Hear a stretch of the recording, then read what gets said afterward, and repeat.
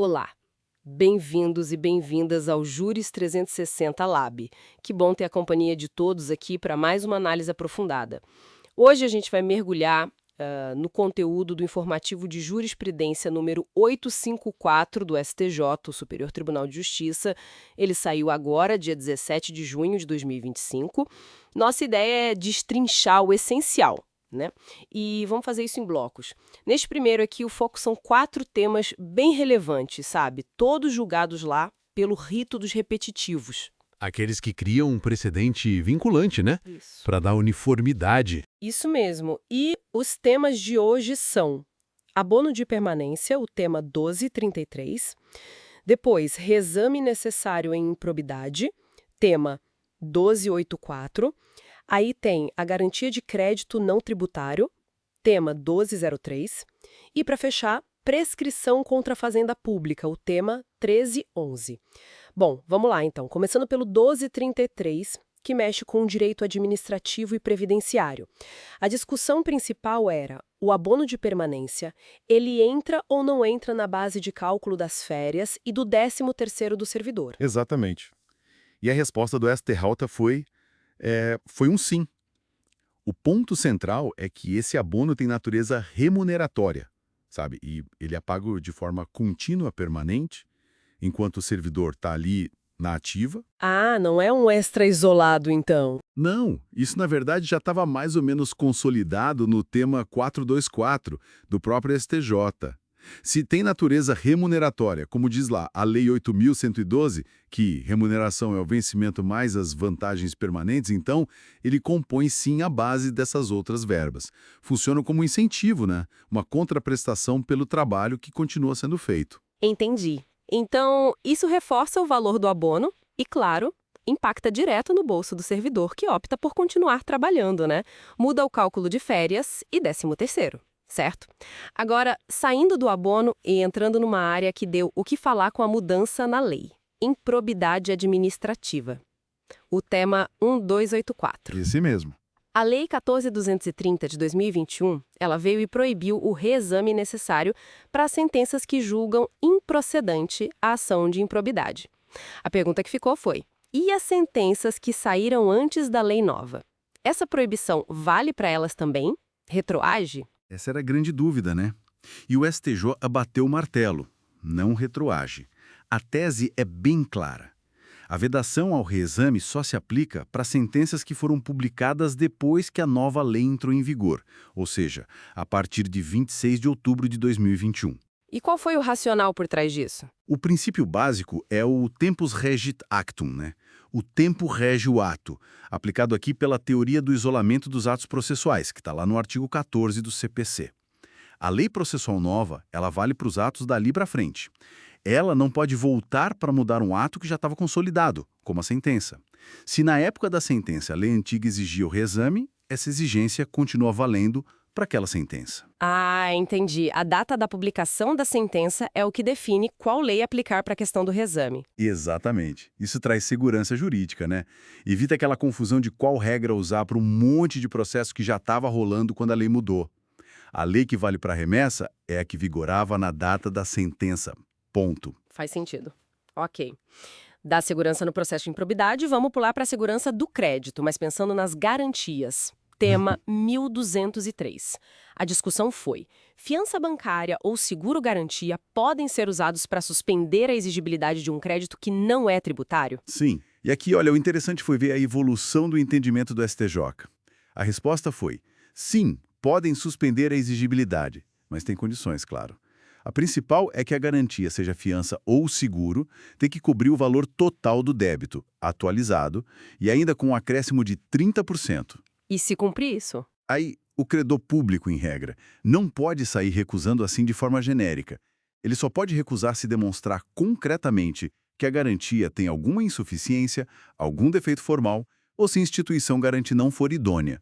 Mas tinha uma questão que sempre aparecia, que era o prazo de validade dessas garantias, né? Uma pólice de seguro, uma carta-fiança tem prazo. Isso não era visto como um problema, uma inidoneidade? Excelente ponto. E foi justamente aí que o STJ mudou o entendimento anterior. Ele superou a visão de que o prazo determinado por si só já tornaria a garantia inidônea.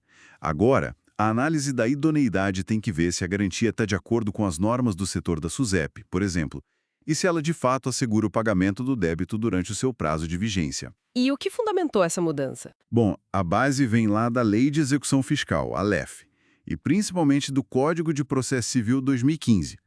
O CPC, no artigo 835, parágrafo 2º, ele meio que equiparou essas garantias a dinheiro, para fins de substituição de penhora. E pesa também o princípio da menor onerosidade para o devedor, né? Artigo 805 do CPC. Claro. Quer dizer, é uma alternativa menos pesada para o devedor garantir a execução, sem precisar depositar o dinheiro todo, mas ainda dando segurança para o credor, desde que tudo certinho. Isso. Desde que os requisitos sejam cumpridos. Perfeito. Para a gente fechar este bloco, então, vamos ao tema 1311. Aqui é direito processual civil puro. A situação é super comum. Uma sentença condena a Fazenda Pública a fazer duas coisas. Primeiro, implantar um benefício ou direito na folha de pagamento, isso é uma obrigação de fazer. Segundo, pagar os valores atrasados relativos a esse direito, obrigação de pagar quantia certa. Exato. A dúvida era, enquanto a Fazenda Pública enrola ou demora para cumprir a obrigação de fazer, de implantar na folha, o prazo para cobrar os atrasados, a obrigação de pagar, fica parado, fica suspenso. E a resposta do STJ foi um não bem claro. Não suspende. A tese firmada é que são obrigações diferentes, autônomas, digamos assim. O prazo prescricional para cobrar os valores vencidos, a obrigação de pagar, ele corre normalmente, independentemente do cumprimento da obrigação de fazer, de implantar o direito em folha. Mesmo que uma dependa da outra conceitualmente. Mesmo assim. O prazo prescricional contra a Fazenda, a gente sabe, é de 5 anos, pelo Decreto 20.910/32. Ele começa a contar de novo a partir do trânsito em julgado da decisão que reconheceu o direito, e ele só vai ser interrompido ou suspenso quando a parte efetivamente começa a execução ou a liquidação daquela parte da sentença que trata do pagamento. Nossa, então o recado aqui é muito direto, né? Quem tem dinheiro para receber da Fazenda precisa ficar esperto e agir rápido para executar a quantia devida. Exatamente. Não dá para ficar esperando a boa vontade de implantarem na folha, senão corre o risco de perder o direito de cobrar os atrasados por causa da prescrição. Tem que tocar as duas coisas. Perfeito. A diligência na execução da quantia certa é fundamental. A inércia pode custar caro para o credor. Bom, então recapitulando rapidinho o que vimos neste bloco. O abono de permanência entra sim na base de cálculo de férias e 13º. A proibição do reexame necessário na nova lei de improbidade não retroage para sentenças anteriores. Fiança bancária e seguro-garantia são viáveis para garantir crédito não tributário, cumpridos os requisitos. E, por fim, atenção, a prescrição para cobrar valores da Fazenda corre mesmo que a obrigação de fazer ainda não tenha sido cumprida. Tudo isso lá do informativo 854 do STJ. Foram decisões importantes, com impacto bem prático no dia a dia da advocacia, da administração pública e do judiciário. Definições cruciais. Com certeza. Bom, a gente encerra este primeiro bloco por aqui e voltamos em breve com a análise de mais julgados deste informativo. Até lá. Olá. Estamos de volta, continuando nossa análise do informativo 854 do STJ, aquele de 17 de junho de 2025. Isso aí. Agora a gente vai mergulhar em mais 4 temas bem relevantes que a Corte definiu. Perfeito. Quais são os próximos da lista? Olha, temos o tema 313, que fala de honorários advocatícios em ações de saúde contra o governo. Depois, o 1239, super importante, sobre PIS/COFINS na Zona Franca de Manaus. Certo. Aí vem o 1248, que trata do valor de alçada em execução fiscal. E para fechar, o 1336, sobre indulto presidencial e a pena de multa no tráfico. Ótimo. Vamos começar então pelo 1313. A questão aqui é bem prática, né? Ganhei uma ação para conseguir um remédio ou cirurgia do SUS, por exemplo. Como o juiz calcula os honorários do advogado? É um percentual sobre o custo do tratamento ou um valor fixo por equidade? Exato. E a decisão do STJ foi pela fixação por apreciação equitativa, ou seja, usando o artigo 85, parágrafo 8º do CPC. Ah, então não se aplica aquela regra mais nova, do parágrafo 8º-A, que tem uns pisos mínimos com base na tabela da OAB. Não, para esses casos de saúde contra o poder público, o STJ afastou essa regra do 8º-A. A ideia é que o valor da causa, embora exista, se torna meio que inestimável para esse fim específico. Inestimável. Mas o tratamento tem um custo, às vezes alto. Sim, mas o STJ entendeu que o bem jurídico principal, que é a saúde, a vida, não tem um valor econômico direto que se some ao patrimônio da pessoa, sabe? Não é como ganhar uma indenização em dinheiro. Entendi. O benefício não se mede só pelo preço do remédio.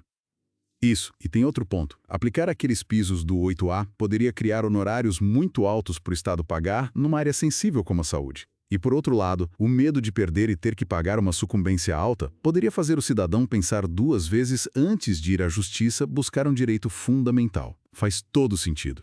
Uma ponderação importante aí. Bom, mudando de assunto, mas ainda com impacto econômico forte. Tema 1239, PIS e COFINS na Zona Franca de Manaus. Esse tema costuma dar o que falar, né? Com certeza, a dúvida era se as vendas e serviços feitos dentro da Zona Franca, para agente ou empresa que também está lá, pagariam PIS e COFINS. E a resposta do STJ? Foi um não bem claro. Não incide PIS e COFINS sobre essas receitas geradas internamente nas FM. Interessante. Porque a gente sempre pensa no incentivo para quem vende de fora para dentro das EFM ou de dentro para fora do país, como exportação. Mas por que não tributar quem vende e quem compra ali mesmo, dentro da Zona Franca? É que o STJ fez uma interpretação, digamos, mais finalística, focada no objetivo maior da Zona Franca, que está lá na Constituição e no decreto-lei que a criou, reduzir a desigualdade regional, fomentar a economia local. Certo. Então, eles equipararam as operações internas nas FM à exportação para todos os efeitos fiscais. Como a exportação já é isenta de PIS/COFINS, essa isenção se estende para dentro das FM. Ah, entendi. Tributar ali dentro enfraqueceria o próprio polo econômico que se quer incentivar. Exatamente. Se você tributasse a venda de um insumo de uma empresa para outra, ambas nas EFM, você estaria onerando a cadeia produtiva local, indo contra o espírito do incentivo. Claro. Bom, vamos sair de Manaus e ir para execução fiscal. Tema 1248. A situação é a seguinte: a Fazenda Pública junta numa única certidão de dívida ativa, a CDA, débitos do mesmo imposto, mas de vários anos diferentes. Aí vem a sentença, para saber se cabe apelação ou aqueles embargos infringentes de alçada que dependem do valor. O que conta? O valor de cada ano separado ou o valor total da CDA? O STJ definiu que o que vale é o valor total da dívida que está na CDA única. Mesmo que sejam vários exercícios? Sim, a própria Lei da Execução Fiscal, a 6830, permite essa reunião de débitos na mesma CDA. É para ser mais eficiente. O valor da causa na execução é esse montante global. Então não faria sentido dividir só para ver qual recurso cabe depois. Não faria mesmo. Imagina a confusão.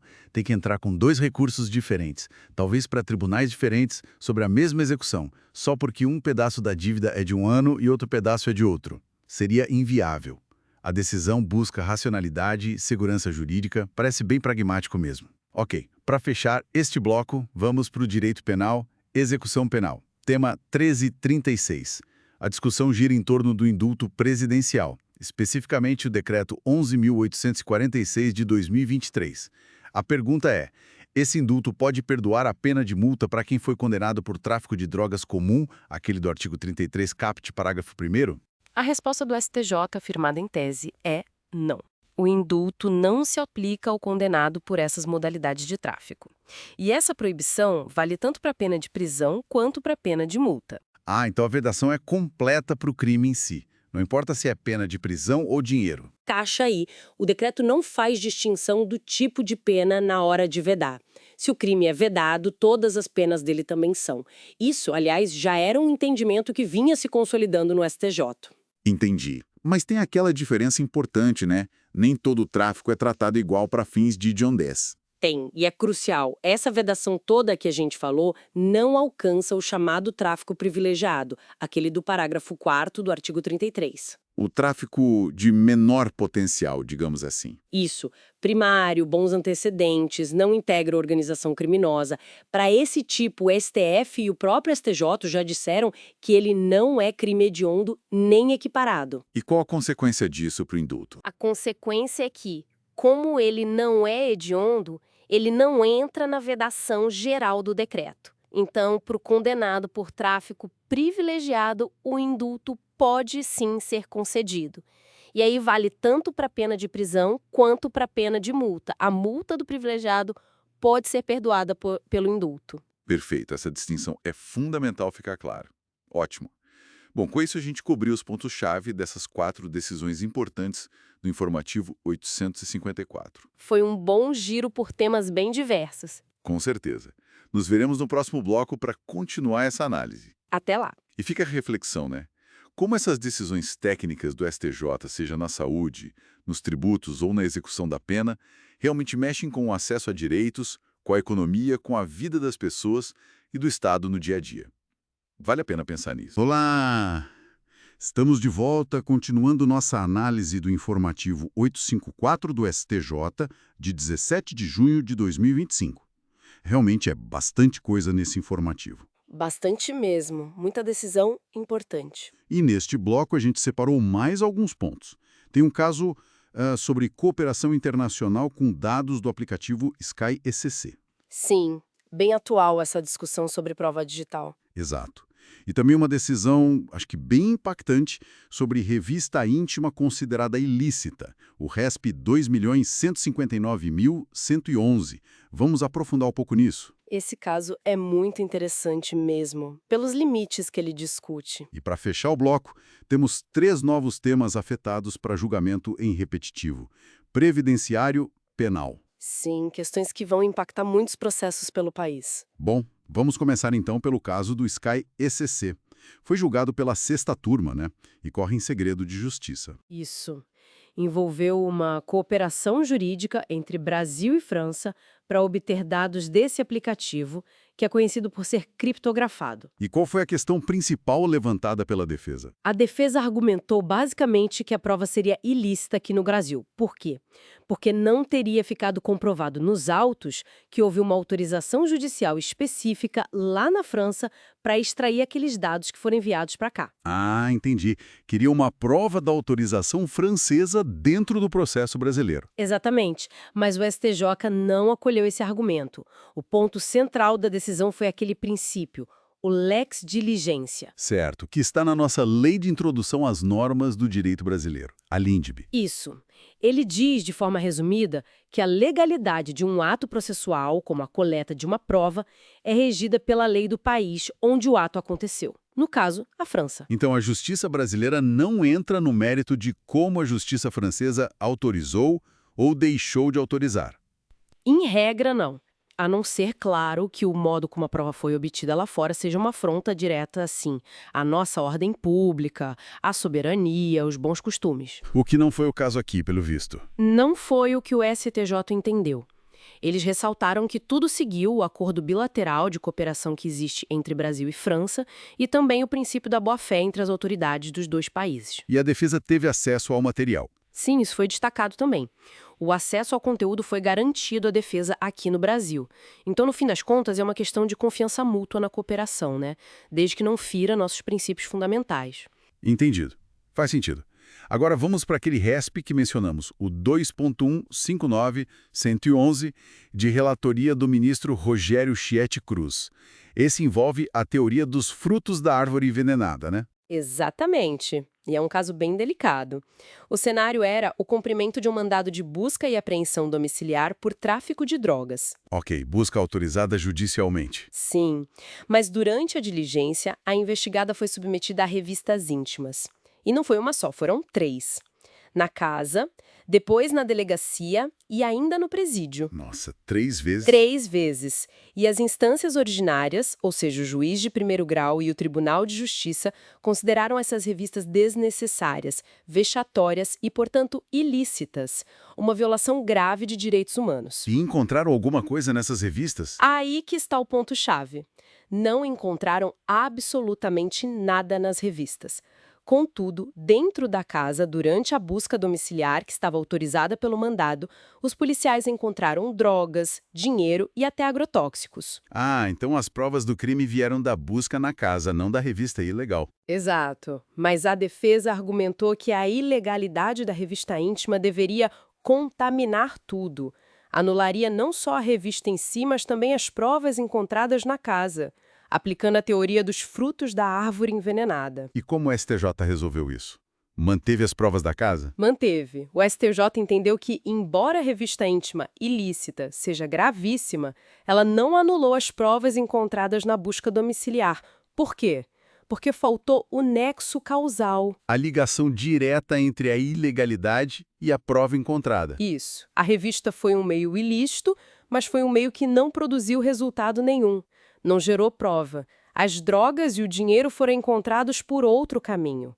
A busca domiciliar, que era legal, autorizada por mandado. Entra aí aquela exceção da fonte independente, né? Do artigo 157 do Código de Processo Penal. Perfeito. O raciocínio é: mesmo que as revistas íntimas não tivessem acontecido, a busca domiciliar ocorreria da mesma forma porque havia um mandado para isso e as drogas teriam sido encontradas de qualquer jeito. Ou seja, a ilegalidade da revista é um fato grave, pode gerar consequências para os agentes que a realizaram, mas não invalida uma prova encontrada por uma fonte lícita e autônoma. Exatamente essa a conclusão. É uma distinção importante. A ilegalidade de um ato específico durante a diligência não necessariamente contamina tudo, se as provas principais vieram de uma fonte válida e independente daquela ilegalidade. Muito claro. Bom, saindo desses casos específicos e indo para as afetações, o STJ também sinalizou temas importantes que vai definir em breve, né? Temos o tema 1352, lá na primeira sessão, sobre direito previdenciário. Isso. A questão que a primeira sessão vai definir é bem interessante. É sobre a prorrogação do período de graça. Sabe aquela regra que estende a qualidade de segurado por mais tempo para quem já tem mais de 120 contribuições, sem perder essa qualidade? Sim, o parágrafo 1º do artigo 15 da Lei 8.213. Esse mesmo. A dúvida é, esse direito à prorrogação maior, uma vez que o segurado o adquire, ele se incorpora ao patrimônio jurídico dele? Tipo, ele pode usar essa prorrogação extra mais de uma vez na vida, mesmo que depois ele volte a contribuir e pare de novo? Ou é um direito que só pode ser usado uma única vez? Ah, se é um direito permanente ou se precisa readquirir a cada vez. Entendi. Isso deve gerar muita discussão mesmo. Muita. Impacta diretamente a manutenção da qualidade de segurado para muita gente. Certo. Depois temos o tema 1353, agora na terceira sessão, Direito Penal. A questão é sobre continuidade delitiva. Sim, especificamente entre 2 crimes. Apropriação indébita previdenciária, do artigo 168-A do Código Penal. Que é quando a empresa desconta do empregado e não repassa para a Previdência. Exato. E o outro crime é a sonegação de contribuição previdenciária, do artigo 337-A, que é quando a empresa omite informações para pagar menos contribuição desde o início, tipo não registrar funcionário. São condutas diferentes. São. E o STJ vai definir se, mesmo sendo tipos penais diferentes, é possível reconhecer a continuidade delitiva entre eles.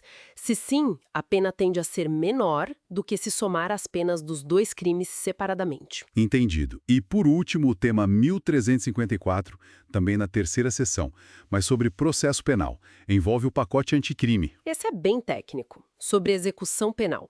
A Lei 13.964, o pacote anticrime, mudou as regras de progressão de regime, né? Criou novas frações de cumprimento de pena. Sim, ficou mais complexo. Pois é. A questão aqui é a seguinte: um preso tem várias condenações de crimes diferentes, talvez cometidos antes e depois do pacote anticrime. Na hora de calcular o tempo que ele precisa cumprir para progredir de regime, pode-se aplicar a lei nova, pacote anticrime, só para aquelas condenações em que ela for mais benéfica e manter a lei antiga para as outras condenações na mesma execução penal.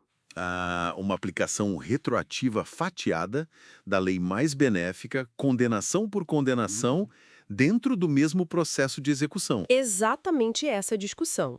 Se é possível essa combinação para sempre favorecer o réu em cada pedaço da pena dele. É uma questão importante para definir como se calcula o requisito objetivo da progressão. Realmente, muitos pontos importantes aí, tanto nos julgados quanto nessas afetações. Com isso, a gente fecha mais este bloco de análise do informativo 854. Sem dúvida.